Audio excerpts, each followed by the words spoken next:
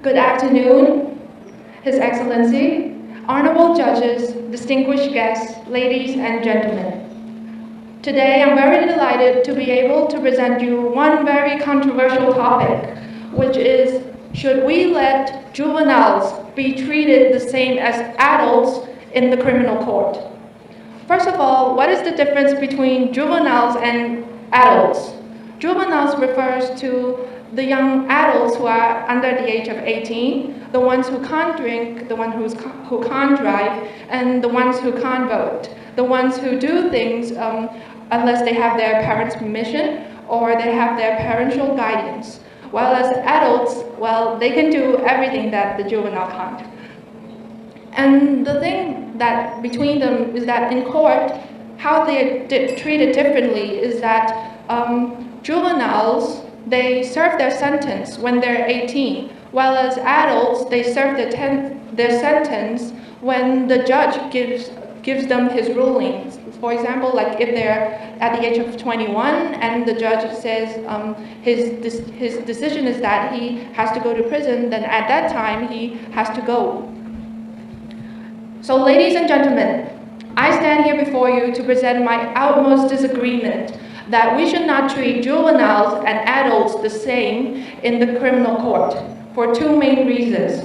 First of all, because of their responsibility, and second, because of the emotions that they can handle. First, the responsibility. Juveniles and adults have age difference. Their age gap is very noticeable. So with your age difference, you have the capacity, although the age is a number, it's also an indicator of how the capacity of your minds are, how deep you can think, how responsible you can behave, and how trustful you can be. And with this age difference, they have different responsibilities in different ages. For juveniles, they are responsible to receive proper and basic education, while as adults, they have the choice to continue their education or choose to be employed.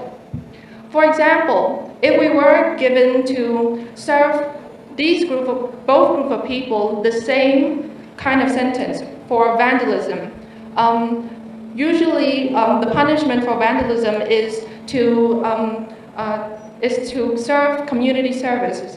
But for juveniles and for adults, they would have different responsibilities. We cannot give them the same punishment. Juveniles would have to serve community service, but in their schools, they can volunteer in the schools, help out in their schools because of the vandalism that they've done. But for adults, they should do also volunteering community service, but outside of the school where they're not allowed in anymore.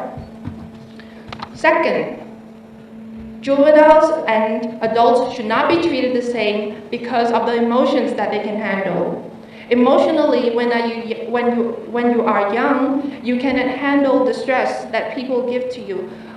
It is stated that many young adults commit suicide because of this depression when they are in the age of 16 to 18. The other age group that experience depression, they can handle these emotions, and in court, juveniles cannot handle the stress like how adults can. Therefore, we should not treat these two different groups of people the same way. In conclusion, I would like to state that we cannot treat these same group of people the same way for their two main reasons, because of their responsibility and because of their emotions. And if we were to treat them the same way, we would see many disastrous effects, such as the high rates of suicide committed. And also, we should not consider whether we should treat these two people the same or not. We should consider trying to get them not to go into the court in the first place. We should try to help them find a way. Thank you. A person convicted of a crime as a juvenile to serve time in prison? I'm sorry, but can you repeat your question again? Sure. Do you think it's ever appropriate for a juvenile to serve time in prison? Yes, I think according but only to the extent of the crime that committed. For example, if you are a juvenile, you're underage, but you committed something very terrible, like you involved in an act of terrorism, which is very offensive to all human rights. Therefore, you cannot, I think it's very appropriate for them to go to prison. Although it's just their age, but the capacity of how they think, they can do more destructions than the adults can. Thank you. So, do you think that parents should be responsible for the crime that their kid, like as a juvenile, commit? Why and why not?